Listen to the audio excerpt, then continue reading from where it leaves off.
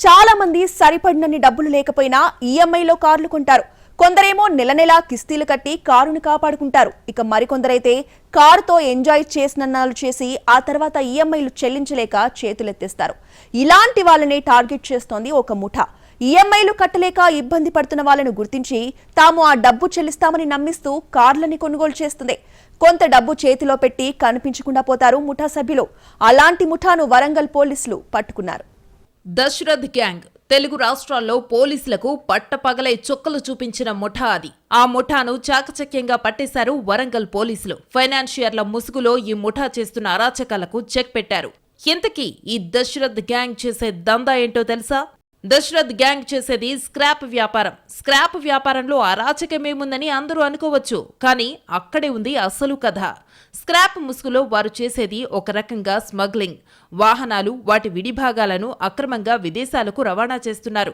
ఈఎంఐలు కట్టలేక లేదంటే ఆర్థిక ఇబ్బందులతో కార్లు, జేసీబీలు, ఇతర వాహనాలు అమ్మకానికి పెడుతున్న వ్యక్తులను టార్గెట్ చేయటం, ఆ తర్వాత వారి నుంచి వాహనం కొనుగోలు చేస్తున్నట్టుగా కొంత మొత్తాన్ని అప్పగించి వెహికల్ ని తీసుకెళ్లడం, గుట్టుచప్పుడు కాకుండా బండిని స్క్రాప్ గా మార్చి విదేశాలకు అమ్మేయటం. ఇది దశరథ్ ముఠా చేస్తున్న దందా. రంగారెడ్డి జిల్లా మాడుగుల మండలం తుర్కులకుంట గ్రామానికి చెందిన వరికుప్పల దశరథ్ రంగారెడ్డి జిల్లా అబ్దుల్లాపూర్మెట్ ప్రాంతంలోని తుర్కయాంజిల్లో ఉంటున్నాడు. అతనికి పెద్దపల్లి జిల్లా పాలకుర్తి మండలం బసంత్ నగర్ కు చెందిన జేసీబీ ఆపరేటర్ దుర్గం సందాన్, రంగారెడ్డి జిల్లా జగద్గిరిగుట్టకు చెందిన driver Kaushetti Rakesh, Hyderabad old city Santosh Nagar కు చెందిన స్క్రాప్ వ్యాపారి మహమ్మద్ జాబీర్ తో పరిచయం ఏర్పడింది. వీరంతా వేరువేరు పనులకు సంబంధించిన వ్యక్తులు. వారందరితో కలిసి దశరథ్ సులభంగా డబ్బు సంపాదించేందుకు ప్రణాళిక తయారు చేశాడు.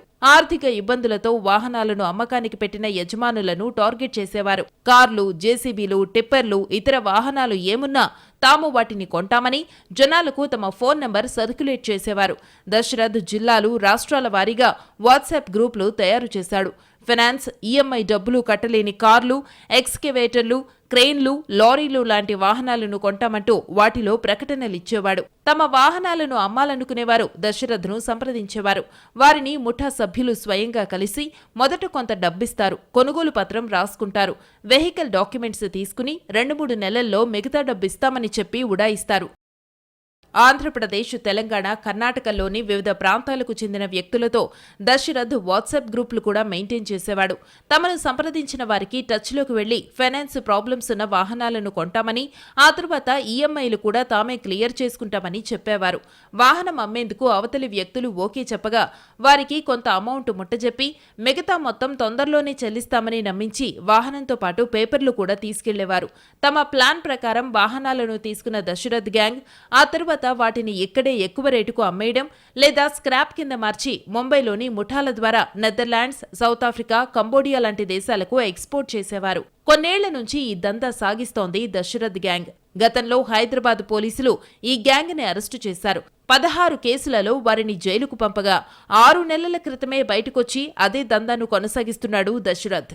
పోలీసులకు చిక్కితే కోర్టు కేసులు పరిష్కరించడానికి ఓ లాయర్ను, డబ్బు సమకూర్చడానికి ఓ ఫైనాన్షియర్ను దశరథ్ ముఠా నియమించుకుంది.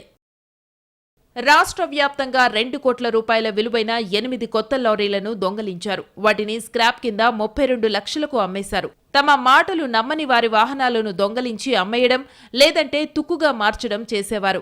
5 ఎక్స్కవేటర్లను దశరథ్ ముఠా ముంబైకి తరలించింది.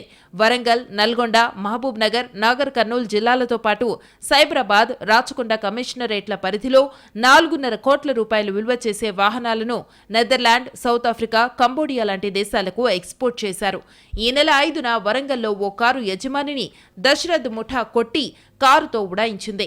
బాధితుడిచ్చిన కంప్లైంట్తో మట్టివాడ పోలీసులు కేసు నమోదు చేశారు. దశరథ్ గ్యాంగ్ పై నిఘా పెట్టిన పోలీసులు వరంగల్ పెద్దమ్మగడ్డ హనుమాన్ జంక్షన్ దగ్గరలో 4గురిని పట్టుకున్నారు. వరంగల్ ములుగు రోడ్డులో దాచిన కార్లను తరలించే ప్రయత్నంలో ఉన్న ముఠా సభ్యులను అరెస్టు చేశారు. 5 కార్లు స్వాధీనం చేసుకున్నారు. దేశవ్యాప్తంగా దశరథ్, అతడి ముఠాపై 100కు పైగా కేసులున్నాయి.